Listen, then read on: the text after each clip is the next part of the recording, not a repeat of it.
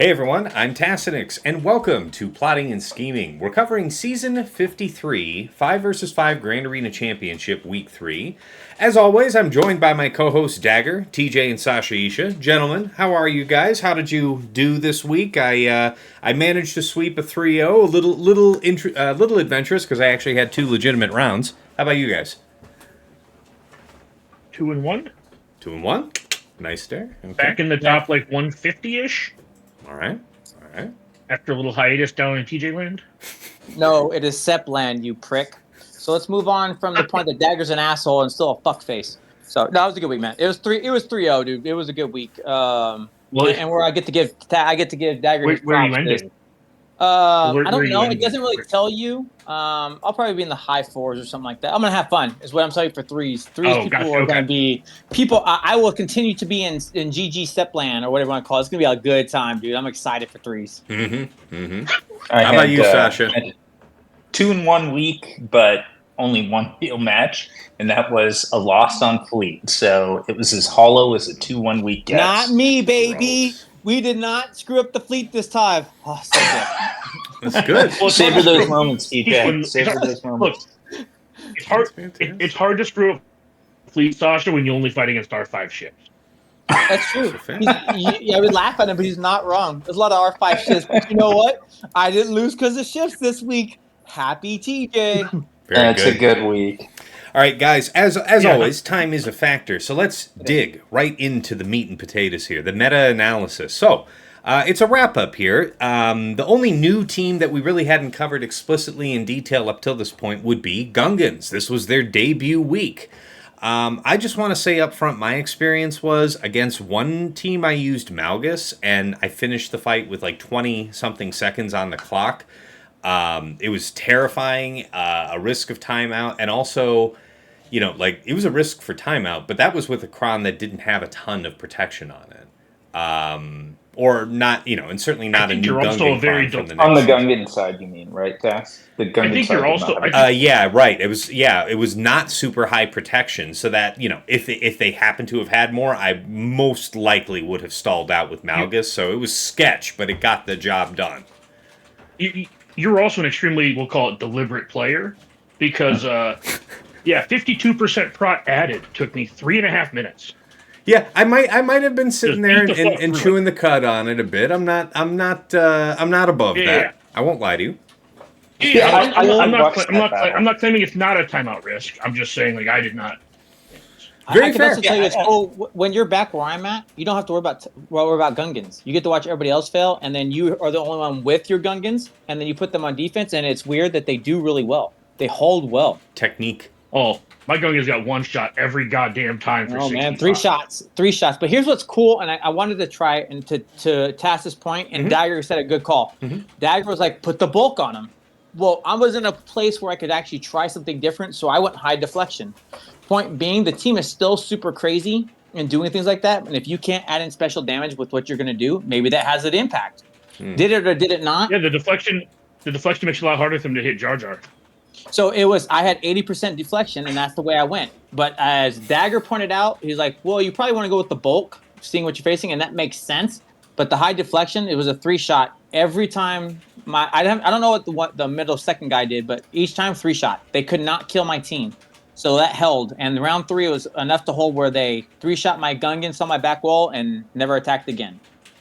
Okay. Anyone else have an interesting... Who had Gungans. Go ahead. I had a guy who had Gungans hold them for offense, which surprised me. Wow, that Do is you know what he surprising. used for, Dagger? Is history up? I don't think it is. Sir. No. But I saw earlier. Zareth. Okay. Zareth kept his Gungans and started using them. He was pushing up on some pretty cool stuff. I don't know. I don't think we'll get to know the limit. But he was using it against some good teams, and it was working out pretty cool from what I got to see. Yeah, it's not up yet. I in my one match I set my Gungan, so I didn't get to use mono, but I took JML against it, which certainly felt like it should have been overkill because you've got I had JKR in there, opportunity direct focus on the shield generator, and even that, like, yeah, it was, I think, good banners, and I won, but I got a real sense of one, like, they can throw off some damage. Like, so the Gungans actually, they take a toll on you. I'm going to be really curious under the new Datacron set, which is more offense heavy, but has bulk at level 3, plus all the shenanigans on level 6 and 9. But it took a little bit. It just had the feel of like, okay, I was able to sort of OP it with JML that round, but I'm like, this, if I had gone something less than that, unless it was Malgus, I probably would have had a drop. Yeah. I can believe that. Wow. See, JML was one of the options I was considering to clear that. Well, before I cover the other one that I was using offense, did anyone else find any interesting results having it on defense? Because mine was also just one shot, all 3 rounds. Nope, 65 every time. Okay. So no interest. We'll have to wait for history to see because nobody had a drop. Yeah, mine are hard fails, which is cool. But again, that could be just not an understanding or what they were trying to take, and it could also be just what it's going to do for variation, right? So I don't know yet. Yeah. Fair enough. Well, TJ and I both benefited, so I'm not just going to throw TJ under this bus. TJ and I both benefited from being like not in the top 100, top 50. Yep. So I'm pretty sure people just like Leia mine because I didn't see Leia all goddamn. Right? So I did see a Leia, but that person had a 3-shot mine. So does that make sense? First round, Leia, there was a Leia. Third round, no Leia, but still a 3-shot. So I would imagine they might have taken something, but even then, it wasn't enough. And that could be relics, that could be Kron, that could be multiple things. We'll know once we get the data. All right, so my other offensive clear on that was using Inquisitors. This was wild if you go back and see the VOD, because I kept getting just pinged between Jar Jar and Phalanx. Phalanx getting taunt back after I'd be hitting Jar Jar, Jar Jar getting Death Mark back after I'd clear taunt off of Phalanx. Huge pain in the ass. So I was terrified because I was a decent bit into the fight. I took some damage. People were hurt. I didn't lose anybody. But I ended up getting the shield generator to just fall over. Buff immunity? Sorry, what? Did you know that multiple Inquisitors inflict buff immunity? Yeah. Okay. Yes. Did you meet their requisite? You can go back and watch the VOD. And that's still like no. Put it on stream. I'm asking, like, did they cleanse a lot? Like, were you not able to stick buff immunity? I think. Well, the buff immunity. Or did you not target him specifically with your buff immunity moves? Like, I'm just curious to how it played out. Yeah. Well, regardless, right? It's the point here is that I never needed to in the end. I mean, it probably would have ended the fight sooner. But the shield generator just died from all of the different AoE effects. And then they just melted immediately after. So, yeah, that it worked. It worked. I wouldn't call it super safe. I also had the 400% working for and against me, the 400% offense thing. So we definitely took some punches a little harder than we had to. But I think that'll be different next season. That'll be different next season. And what we see, I think, is the consistency is, one, you need the AoE and you need the buff to stop to be able to do it, right? Because the variation and the variance that it brings is high. I think, obviously, like you talked about with the new setup coming and the new Kron, that's a whole different discussion. But the other thing I'll mention is it's also straining your defensive counters, because if it's not overkill, it's Malgus or it's Inquisitors. Well, that's being utilized other places too for, like, not now, right? But for this season, the recap. And that was one of the thoughts of why I had it down front, is because I'll put Saw right next to it. I'll put the Inquisitors right next to it. I'll put all of these pieces that were right next to the Gungans, because I was straining your resources other places. And so it worked out. I mean, for me, obviously it's on defense. But we're talking now. I'm only talking in recap. I was able to put the Inquisitors back, or I was able to put DTMG down right next to my Gungans, and they killed my Gungans, but got held up on my DTMG. And so it was really straining the same counters over places, so it worked out really well. I have heard that there's a couple cheaper things, but without the history up, I can't verify. Yeah. But I will say that it's going to be a different animal with the Gungan Krons. Yeah. But man, some people found some inventive, cheap ways to deal with Gungans, and I won't go into them because history will bear that out. But yeah, I mean, like it still takes like a Metacron. It's not like it took nothing, right? But like there were some crons that opened up some avenues. So I think that there's going to be hope once we actually learn these goddamn kits. Fair. And I think that's one of the biggest things we're suffering from is like I still don't know what the hell these kits do. Cass and I had like a 20-minute conversation the other day about why Captain Tarples was like doing a certain thing, right? Yeah.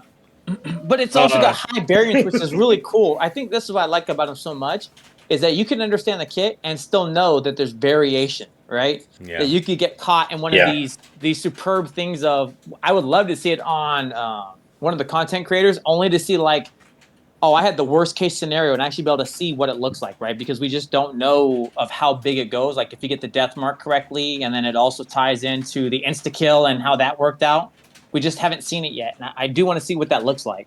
Mm-hmm. Fair. I did see somebody have the. I saw a screenshot of somebody having the insta kill procced.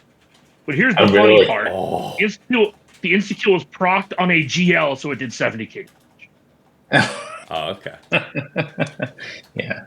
Still. It's hilarious because all of a sudden you see like this resisted 70k. They screenshot and it's like he tried to insta kill the GL. Fantastic. Not for lack of trying, then. All right. Next meta team. I just wanted to cover a real brief note here about BKM. So having run her on defense and offense, more or less evenly over the life of the set 13 BKM Cron, particularly in this last season, big value having it on offense because the Finzori resistance team just gobbles it up for an easy 65. Of course, you can use C against it for less banners. There's other avenues, but the point is when like Finzori can just crush it, it wasn't worth it, and I could, 60 between 64 and 67, a few different teams, including GLs this week. So I very much enjoyed that. I don't know if any of you guys had anything you wanted to throw in on BCAM, because I know we generally covered her a long time ago and all that, but that was my final comment on it, wrapping up the set 13 Cron and everything of it. I'll let Dagger go, and then I'll give mine, because I really liked her where she was ended being now. I didn't. Oh, sorry. Yeah, really quickly, and then I'll hand it back to you, Dagger. Yeah, no, the only thing, this was more like a relative statement on Finzori, in that I was finding Finzori like so terrifying to where an opponent could have Finzori punch ups, including like Ray and JMK and other stuff, that I'm like, you know what? I understand that they can use it on BKM and probably get a 65. But I'm okay taking that, like, just to pull Finzori off the board, and then there's a chance they don't use it on it, and they get an ugly ban or C win or something like that. Mm-hmm. So maybe I outthought myself on that, but that was a decision I came to. Fair. The rest of you guys, anything on BKM? I didn't really. I didn't really change my defense. So like because I had a pretty busy month, and it's going to get busier going forward here for a bit, but you're cutting out a bit there, bud. Yeah, came up front, and it pretty much held most rounds, so that's how I've been using mine. I still don't really have a good use for it on offense because people don't set Lord Vader. All right, now you cut out there for a sec. And so you've been saying people don't that set JMK. You were cutting out there for a sec. So you were saying that you've been setting her on defense, and it's been holding for you. Was that right? Yeah, off and on. Most rounds it held. Yeah, it's one of those things where like people don't set JMK against me. People don't set Lord Vader against me. They set like 2 GLs total, 3 GLs maybe, and then they just like. I guess what I'm saying is like if I saw a lot of Lord Vaders, I would probably save Bo more. Mm-hmm. Right. Well, and now going forward, we'll certainly be using her more than likely. Yeah, almost exclusively on offense. The team is complete dog shit. Yeah. But to kind of touch on what Sasha said, I made so much use out of and I've been using the bootleg Zori team to like amazing effect. So, I mean, Metacron teams just absolutely getting dumpster fucked by like Finn, JTR, BB-8, Zori plus Roser Poe. Just absolutely getting just trucked. Very good. So I'm going to keep mine specific. Yeah, I'm going to break mine down 2 ways. One, I watched the evolution of where we came for 5s, and the whole glory of what BKM was, what I saw, was solved, in my opinion. Even for bad banners, it became solved. The one that was still proving troublesome and I had a good answer for was JMK. So if it wasn't LV, it was JMK. So I kept my BKM for offense all 3 rounds. And all 3 rounds, I either saw an LV that I got to 2-shot with IG-12. And I was even mad at myself because I could have soloed with BKM because there was no maul. And then 2 JMKs. And it was the cleanest 100% counter win that I could have and still put a heavy defense. Because as we'll talk about for Dagger's point, his Ray team was phenomenal for me. That was one of the key teams in the way I was able to work the strategy. So BKM was a monster on offense because I always knew JMK was dead. Very fair. All right. I know that we've talked here over the last couple of weeks about how we've been making effective use of Finzori. Any other hot usages of the Finzori team that you guys wanted to cover here as we wrap up this season? Because that was definitely meta defining, and we will have that available to us come next 5s. Is it? Oh man, Finzori, Dagger's team, dude. And so even when it goes to next 5s, the surprise factor of old school bros and being able to do a rinky-dink Finzori team was awesome. And I had to bring up the reason for saying this is because one of my key points of the way I did it was I put the stuff in front that would take Bane, and if you were a Seer user, so Seer Malicos user, the team that it really messes with is when you have the bros on the Ray team with the Holdocron. So I had to bring it up this way because Dagger's point and how I worked my defense was beautiful. It aligned so well, and I could punch up. I don't know. Dagger gave me time, and I saw his history. He's got good comps in there, but it's like gases. I've seen Sears. It was killing. It was just because if they're doing high single damage and you couldn't stop it, rinky-dink Seer team or rinky-dink Zori teams with crap characters, not the bros. DTMG. Yeah. The punch-up was awesome. Lots of stuff, man. We're in between. I'll just give you a little peek at it now. Yeah, you're getting busted up right now, buddy.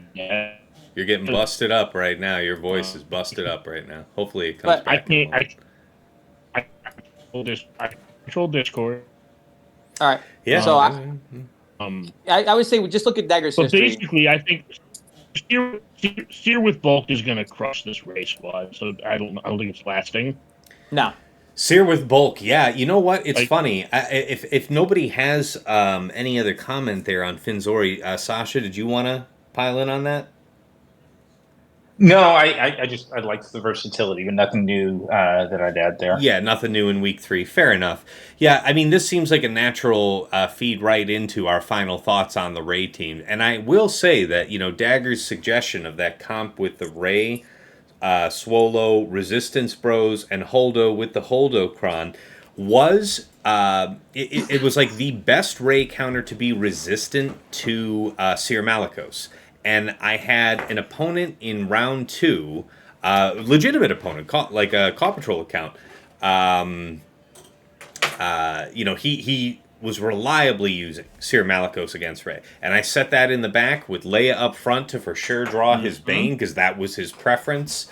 And sure enough, he went on in and just ate it, and then had to go use something else and then ate it because he preloaded on the first time. Never got to clear it, man. So yeah, this season here, if you were about going after that Ray with Seer Malicos, that could have been tough. But interesting, Dagger, you're saying that just the addition of that 60% increased health and protection that we'll have with the Boltcron next 5 season, you're thinking that's going to just crush Ray regardless. Yeah, so the reason the bros are there is that the Seer team is actually relatively squishy once you get their prod up off. And if you give them extra health and protection, that feeds their prod up like ridiculously hard. And if you remember Seer Malicos, the last time bulk was around, you never even lost your bonus protection versus Ray, and Ray had Ufu double damage. This offensive armor pen are nuts. These numbers and stats are bringing in with you through Malikos and looking at ATF and what she was doing. She was deleting. I still remember the nightmares of ATF deleting my C. And this is coming again. We're coming back around to where she's back and in full prime. That's not even including what Malikos is going to do. Sir Malikos is on a whole other level again. Yeah. Very good. But yeah, you're going to be dropping Fulcrum off the team now, though. That's the thing. Like, you're going to be adding a third dark side person for the extra bulk on Malikos and crew, so they can't beat through your taunt. So this is like the high tide then. The high tide coming next time for like trying to integrate Maul onto your Seer team, maybe on defense if you were getting out of the mind. On defense? Yeah, if you can do that shit on defense. Lord Vader plus Rogue Guard. Right? Yeah. That sounds interesting. I mean, outside of the fact you can just like see set plus bulk level 3 it like you can, but I remember it being a tough team, right? I took Trey or something like that when Maul was there as a surprise factor, and man, that team had legs. Maul was a monster because the AI just plays it so well of 2-shot back in him, back at 5 stacks, and it continues to do it. And then Malikos is right behind him, just power passing you right down. Mm-hmm. Mark my words, I'll bet you DTMG clown fucks it. Fair. Well, yeah, it's team game, so I know what you're doing. Yep, I can see that. Yeah, and he's not going to have his prawn anymore, so he's back on offense too. All right, guys. Last meta team that we really wanted to cover here, because I know this was important for a couple of us, was GG Stap on defense. Particularly as a fork, though, in the context of what kind of trap you laid to actually make it effective. I think... Was it Dagger who wanted to touch on it first? Did you have something specific on it? I think it was Sasha. Well, Sasha. Okay. Well, I have quick thoughts on it. It's basically like going forward, looking forward to next season. There's this for Maizori, and looking back at this last season, and I can't say if the fork worked for you guys, but I saw a handful of people try the fork and they failed miserably because it just had enough cheap counters. I think you might have cut out there for a second. So what was the actual fork? Oh, no, the fork where you're trying to draw DTMG up front. Right. What was the fork? Trying to draw DTMG up front did not require DTMG for either piece very frequently. Okay. Oh, I know what you're talking about. You're talking about like, okay. I think a guy was going. Yeah. So if you're trying to stack your front, So if you're trying to stack your front wall to make them use DTMG to put Jabba in the back, it's not. And like that's what I'm saying. Like if you had a fork that worked, I'm all ears. But like the forks, I was seeing people try, were not actually working because you could, have Sasha go and then I'll give my. Yeah, that's fair. All right, Sasha. Yeah, sure. Yeah, no, to jump in, I mean, the reason I suggested GG Stap, it's obviously, Todd's got some great uses on offense, including Leia. But the thing that struck me, and I actually, as I look back on it, the one match that I had that I lost this week, I lost just on banners, despite one-shotting on ground. I had one drop on fleet, lost by 3 banners, and my big bleed on ground or overall was an SLK versus GG Stap, because as I looked at the variety of options, I mean, there were some okay options, not a lot of great options, and the one that had the highest win rate was SLK, but with a lot of bleed built in. And it's a meta that is still at this point not pure efficiency, or not as bad as it's been, but fairly efficient. And I think I took a full first order squad. And they're just, a lot of first order pieces flying around. Like it definitely takes a toll. I think I lost 9 banners maybe on that, and in a match I lost by 3. So it's a squad that, like, I looked at other possibilities that had meaningful risk of drop. So I don't know about you guys, but that was one that really stuck out to me. The one time I was forced to use Slacker, I did Slacker, Hux, Faust. Yes, I did the same. I saw that there, and I should have done that. You're right. Frost has incredible survivability at like a high relic. He's a monster. Mine's only relic 8. I know a lot of folks have him at 9 in our neck of the woods. Man, even at 8 in full defense, he's just roar. Like not even losing like 25% protection over the course of the fight. He's stacking max protection like crazy under it. Yeah. And I lost my crew. I lost Hux. I believe I lost maybe. Did I bring red, I guess? But it was Faust and SLK that were hanging in there.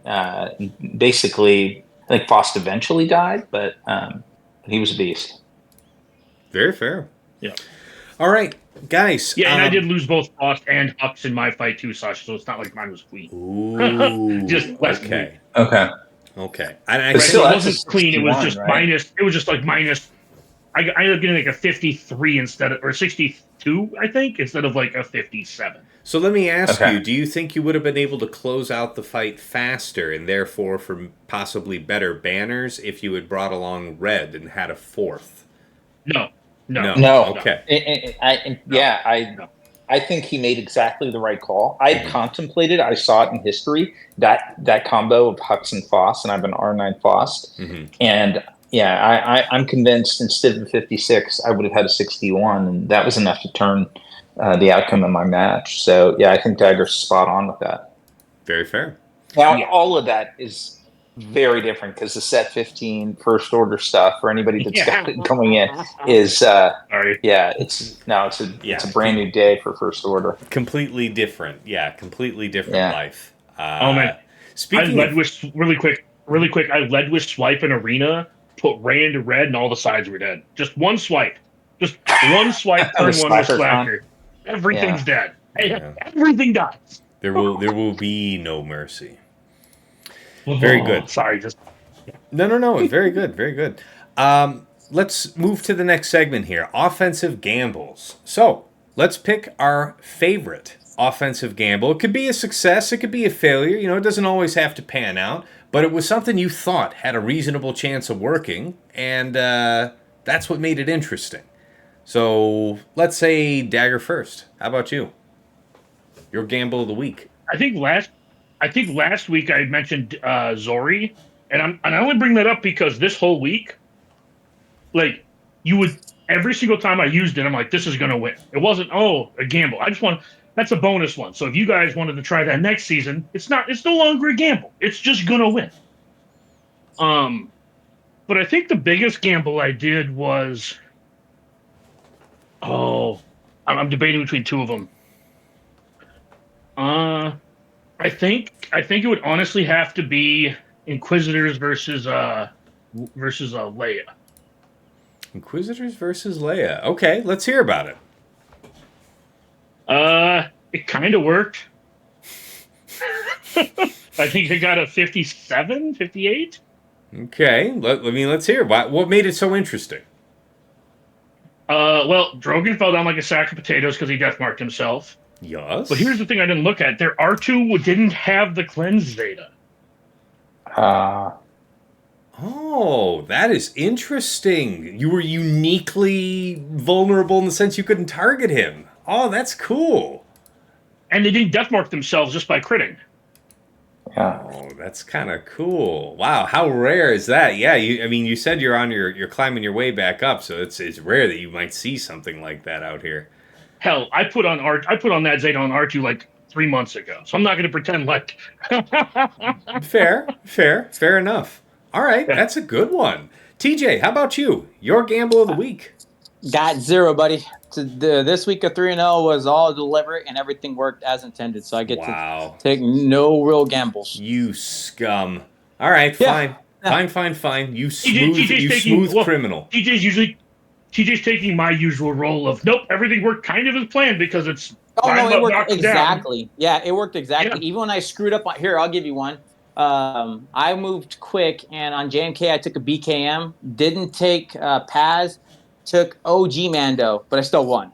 Mm-hmm. And it wasn't even close. So to your point, it's like, so there's my gamble, but I still won the fight and won the war. So it's like, now, this whole week was, nope, we're playing it correctly, and you're going to lose. If you make one mistake, you slip, you die. This week was TJ fighting an average relic level of 5 on defense. That's also I'm not probably even saying true. that for shade. That was me like the second week. No, so I'm not that's even trying to throw probably any accurate. shade. No, you're being pretty much accurate. So I said when you laughed about the shifts, I'm like, no, it's pretty much true. Yeah, Very yeah. good. I will say it was a joy to fight an R5 IG 2K. All right. Well, Sasha, how about your gamble? Yeah, nothing was totally out on a limb, but with banners being tight in my match with Quasar, who said a good D, but I was looking for the opportunity to, underman if I could. And this is just a shout out to Brilliant Zid. This was his counter. I think we've all seen it at this point. But to Sakura, taking the 4-man DB, LV, Thrawn, and RG.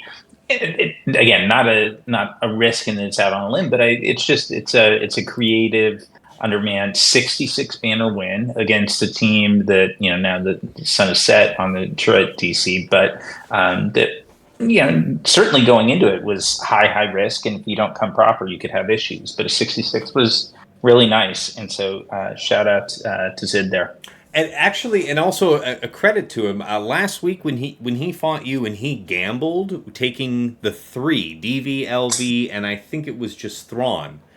Right. He lost because he didn't have the combination of the max health 3 and the prod up and turn meter Empire level 6. He did that against me. He was kind enough to stream his battles against me in the final round here, and he picked the right cron this time, and the 3-man worked for 67. That's awesome. So very fair. All right. For my part, my gamble of the week. So we had a surprise nasty Sith Eternal team placed by Zid in the back. Nihilist, Talon, Treya, Savage. Massive health cron. I want to say like 59% health, something like that, and 24% offense. Something very significant. Had to go in with, Lord Vader. Now, I did have full proper to throw at it. Maul, Royal, Thrawn, and Piet. It got right on down to LV. It got right on down. It was terrifying. It was a 53. So it was it really could only be worse at a 52, and still be a one-shot. But that Sith Cron is no joke. And again, he said it with high health. Depending on, I don't know what otherwise you might use to fight it, where the health would make a difference. But if that had a lot more offense on it, I wonder, if he had swapped the percentages and it was so much more offense than it was health, I wonder if they would not have closed me out before I would have popped off first ultimate. Because it was sketch as hell. That was a very nasty fight. Still got it done, though. All right, guys. Let me check my notes here. Sorry. Standout defenses. Your top defense of the week. Back over to Dagger. How about you?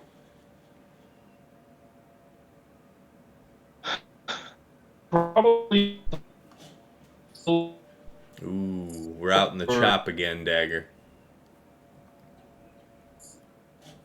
Bower. Ooh. Yeah, it's bad. I'll tell you what, Dagger. We'll come back to you in a minute. Let's hit TJ. I can't make Discord like that. I know, I can't. But we'll pick our moment a little better. Let's hit TJ and circle back to you. TJ, mine's easy, man. Yeah, because I know I got a couple minutes left. So mine's easy. Gungans definitely did the work, and Dagger's Ray team in the back were my key standouts. One, because I don't think they expected it. I don't think they scouted, so to be fair. But having the Leia in the front was cool because they banged it, and they was always going to bang it because they didn't have GG Stap or they would use GG Stap. But it either held the line and you didn't clear it, or it took it 8 banners, right? So that's what you need in this meta. And then Gungans, he got one shot the round 2, but round 1 and 3 both were 3 shots, solid 3 shots to get through it. So that was a great starting. Very nice. All right, back over to you, Dagger. Your top defense of the week. I mean, probably Bow in the front or Lay in the back. Both got some holds. I didn't really change my defense though, so I don't really know, what the reasons were. Okay, yeah, tough to say. We didn't get our our GG.DG update today before recording, so it's unfortunate. But yeah, Sasha, how about you? Your top defense of the week? I'd go with Malgus. Malgus with the Sith Prawn, a ton of health. Yeah, it's just obviously, he's high utility, like you said. I mean, he's maybe the best alternative to a GL against the Gungans, or had been prior to Gungan Datacrons hitting the board. But he while he was one shot, he took 13 banners off the opponent. Like, they ended up with a 52. So basically, got down to a mono, and yeah, so a big fan of Malgus. Fantastic! Wow. I did set him myself. My opponent cleared it, effortlessly. But I thought that was clever to sneak it in on defense this week. Now, my standout was actually Gas Krex, in the sense that folks out here have been fairly reliably using Starkiller to take it out with a Doubtcron. So I don't know how well this works next time it comes around for 5s, but we'll still have the Gascron that makes it work. So that's going to be your set 14 Jedi, sacking offense and speed level 3, 100% added offense level 6. And the idea here is you're maybe a lot of the time you're thinking to skew towards offense, but really it's about prot. Put as much prot on that cron as you can, because the longer you can keep gas from sitting down, that's really the key. And then when he stands up, after that first go down, if they can't quickly close it out, they're not going to survive to make him sit twice. So I was able to snag a couple people on that one. I very much appreciated that little change, because otherwise I was running a cron that was way more offense and less prot, and it wasn't holding. So just that change was enough. All right, takeaways, final thoughts. TJ, I know you have seconds to go. Your last word for the people. Yeah, I'm going to have fun in 3s, man. I'm excited because I'm going to have toys people don't. And when you have the toys they don't have, for some reason, it always seems to work out pretty good. Yeah, you're going to just be slaughtering kids. You're going to be sumo, dude, you're going to be sumos, sitting on kids. Yeah, man, I got new Obi-Wan. That dude's a monster. I have new Krons. I have Tusken. I have Gungans, and they won't have Gungans. Yeah, dude, I'm going to have a blast. The shadow of your ass cheek shall pass over these kids. As you would say, both of them. Both sides. Both sides of both pieces of the butt cheek will be engaged. Good. Very good. Well, hey, I know you're probably running right out, but thanks for joining us, man. Always, man. Appreciate it, guys. Good luck. All right, deuces. Take care. All right, Dagger, how about you? Your takeaways from this week / final thought. What do you want to leave the people with? Well, TJ kind of mentioned the Obi-Cron, and I just wanted to follow up with a little soapbox from last. Say fuck you, TG. Cron. Yeah. I have it, so joke's on me. Yeah. You're gonna say F you to CG, and then obviously financially reward them for that. Yeah. Yeah. I just but no, I just wanted to piggyback off of that. But yeah, it's gonna be interesting going into 3s because of the splits. So for example, Reva has an L9 and Night Sister has an L9. Right, so looking back, this last season, like Sasha said, it was kind of more of a less egregious than previous seasons. So really look forward. So I'm just kind of looking at 3v3 and what the landscape's going to look like with all the different L9s, and I think we mentioned earlier that the offense and defense level 9s. I think it's going to be really interesting for these next couple of months with these new crons, because they feel so incredibly specific. Chopped up there at the end, but I think we got the gist of what you're going for. Yeah, these new crons are going to be pretty cracked, and I'll mention that when we get circle back to me here. But point well taken. Sasha, how about you? Your lessons learned from week 3 here, and your final thought for the people. Final thoughts, prospectively, actually, just looking forward, because I think it's been so big of an impact. 2 words, Gwen Stefani. And by that, I mean, no doubt. like how many different times have we looked at counters looked at defenses on the board and certain considered counters and go, well, that won't work because that's got doubt on it. Right. Doubt's removal from the board. I think it was great. I think it was a nice injection of viability for a lot of squads defensively, and I think it coming off is going to be pretty big impact. I think it reopened certain counters that had been blocked off for a while.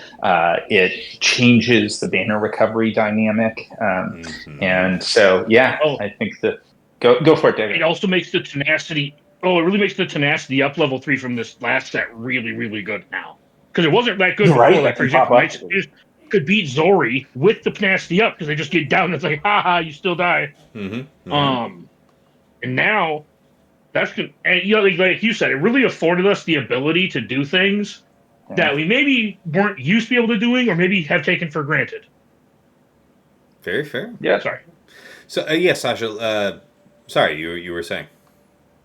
No, I think that's it. I think it's a neat shift, and we'll get into it in further conversations on another episode about the impact of the impending datacrons, but I think the absence of doubt will be big. Yes.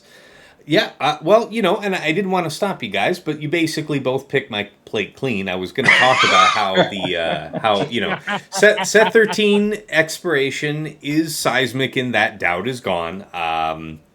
Maybe you might have never learned exactly what that mechanic did, if not for that cron, because, it was really only on Afra and Malgus, and you could kind of ham-fist your way through using those teams and maybe not know the full nuance on it. But I'll tell you what, I might forget my own name on my deathbed before I forget that doubt prevents TM gain, protection recovery, and what was it? Something else? Buffs. That's the third element. Yeah. So there it is. Like, doubt. If nothing else, this set 13 taught me doubt. I will never forget what doubt is about. And one more addition. More addition to that task. Here's the part that maybe people didn't think about. When that cron inflicted locked doubt, if you were using Malgus, it turned into fear. Yeah. It was so abusive on Malgus. I mean, granted, that's why Jedi Cal's so important to have, because Jedi Cal was still handling business against it. But anyway, yes, we have this new set 15. We're just now in the second day of Conquest, so we're making our mad dash, and that's really the last comment for me is. Put your blitz in right now. If you are not a spender, that's fine. You might have heard me say before that I'm able to stay within your daily crystal budget, getting what you get from being in Kyber 1, which is your 260 crystals, and then taking 1 in Fleet every day, which is 375, and then with your daily quest or whatever. What is it, 475? It's 400. 400, whatever, okay. The point is that staying within your daily crystal income, I'm not farming ship energy or regular energy, so if you're doing character grinds, adjust accordingly. But at what I'm doing, like I put my 3 100s into Cantina, I put my 350s into mods, and then I'm always going through the 100s in Conquest when Conquest is on. When Conquest is off, I put those 3 100s into mod energy. So I reduce my mod load at this point in time. But I always go through the 100s. I personally do very much stand by the $10 pack. The extra rewards are nice. And yeah. It's never been not worth my time to have at least that, but I know that Dagger has advocated it strongly for it in the past. I've really enjoyed it in the past. Is if you are of the mind to jump in on that $30 pass, you will have to do less refreshes to get an equivalent result to what I'll have to be doing. If I want to spend more crystals, to get those added refreshes, because you have that stamina regeneration, energy regeneration increase. And you're able to generate more out of it, what I'm saying. And if you are of the mind... Hold on, Dagger, hold on. And if you are of the mind to do it at all, you get the least value of it in the last run of a conquest. You get the most value in the first. This is the first run of set 15. So if you are of the mind, think about it. Anyway, Dagger, go ahead, make your point on that. Well, yeah. So I was just saying, I buy the $30 pass, the first of every set, and the first of each trio of conquests. So it ends up being most of the time. But that first conquest, having that pack, like for the first Queen Amidala one, it made it made it easier, just having that extra whatever. Yeah. So again, there's an efficiency gain. Like if you're willing to spend, first of all, if you're not spending it all, do what I'm saying about diverting the crystals from your mod farm. Also. You get 800 crystals a day if you're in Kyber 1 and you take first in fleet every day. You get roughly 800. Okay. 700, 300 from Cantina, and then I do 300 from Cantina and 6 on mods, and then similar to TAS, except I continue to do the 100s on mods, and I just save my gap crystals and just spend those on Conquest. Fair. Different strategy. Yeah, different strategy. Yeah, Very yeah. fair. Yeah. But yeah, I mean, just hit Conquest hard, though, because this set is just like set 14, where we, if you saw the set 14 Datacron video, I was saying, myself and Aesop were saying how important it was to, with all these level 9s, that you got so many of these key ones.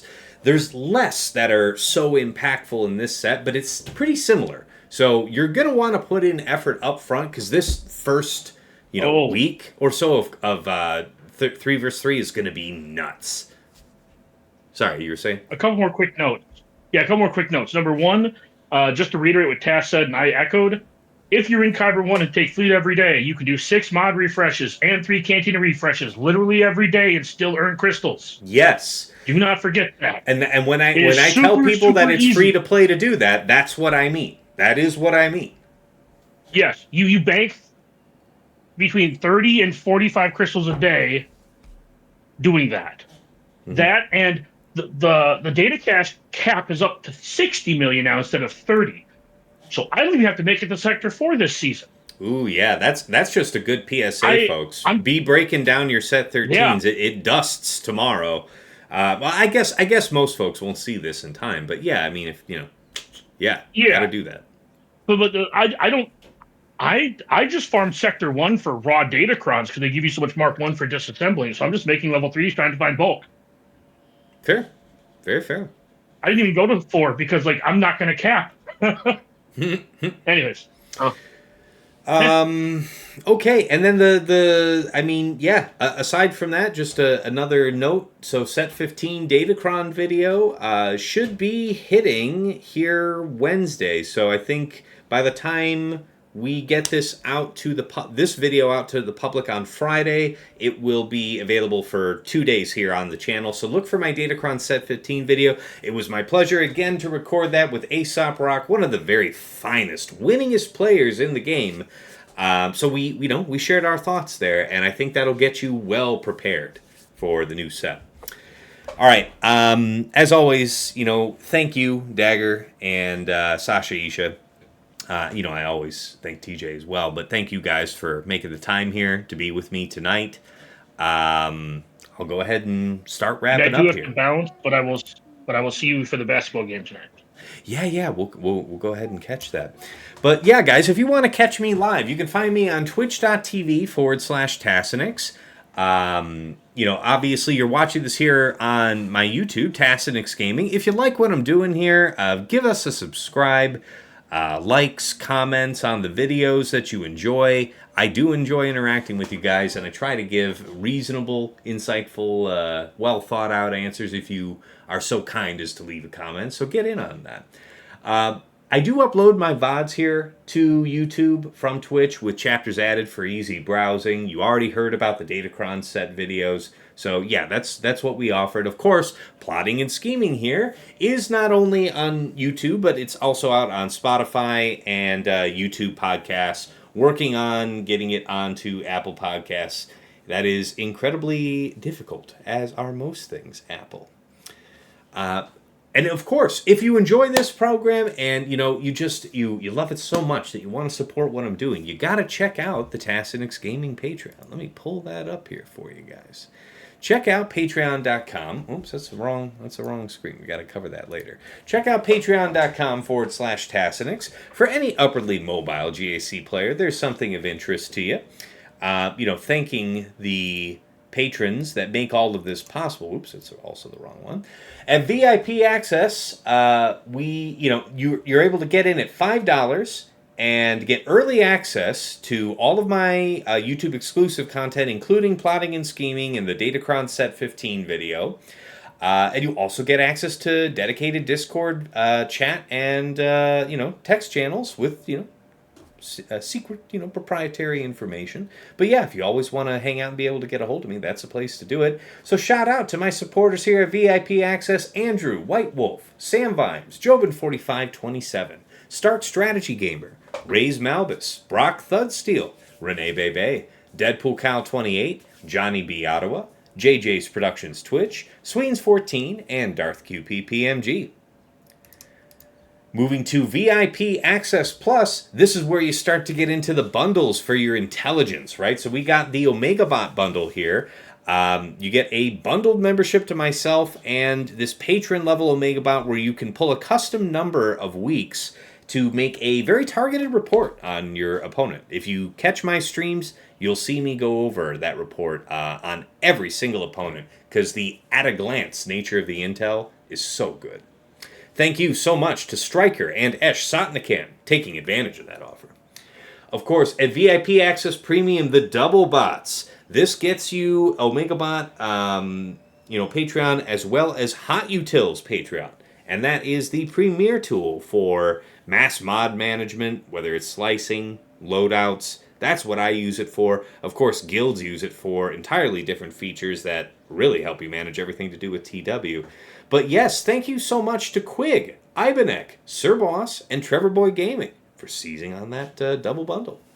Of course, at the top of the heap, at Jester's Club Elite, the one, the only Nomad's Reaper, this guy pops in on stream on occasion and just goes ham with it. Hundreds of subs, thousands of biddies, and that's just, in one stream he's done, not to say nothing of his, very generous, kind support over the last couple of years of streaming. So thank you so much, man. Appreciate it a ton.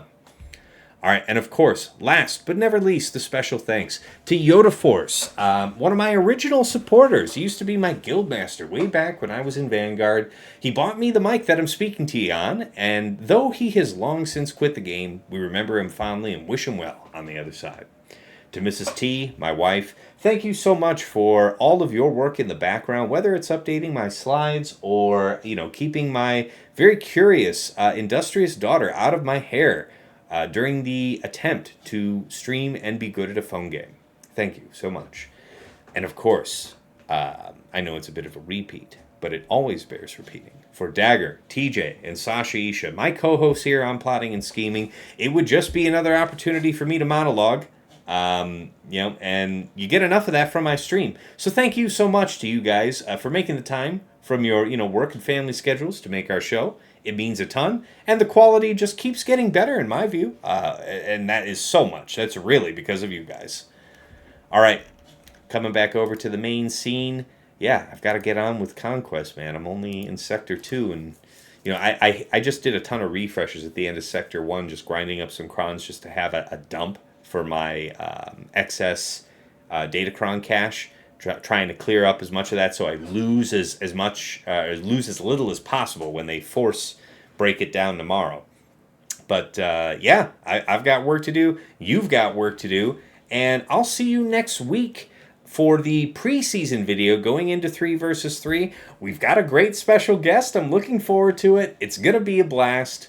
And until next time, it's been real. It's been awesome. It's been real awesome. Take care.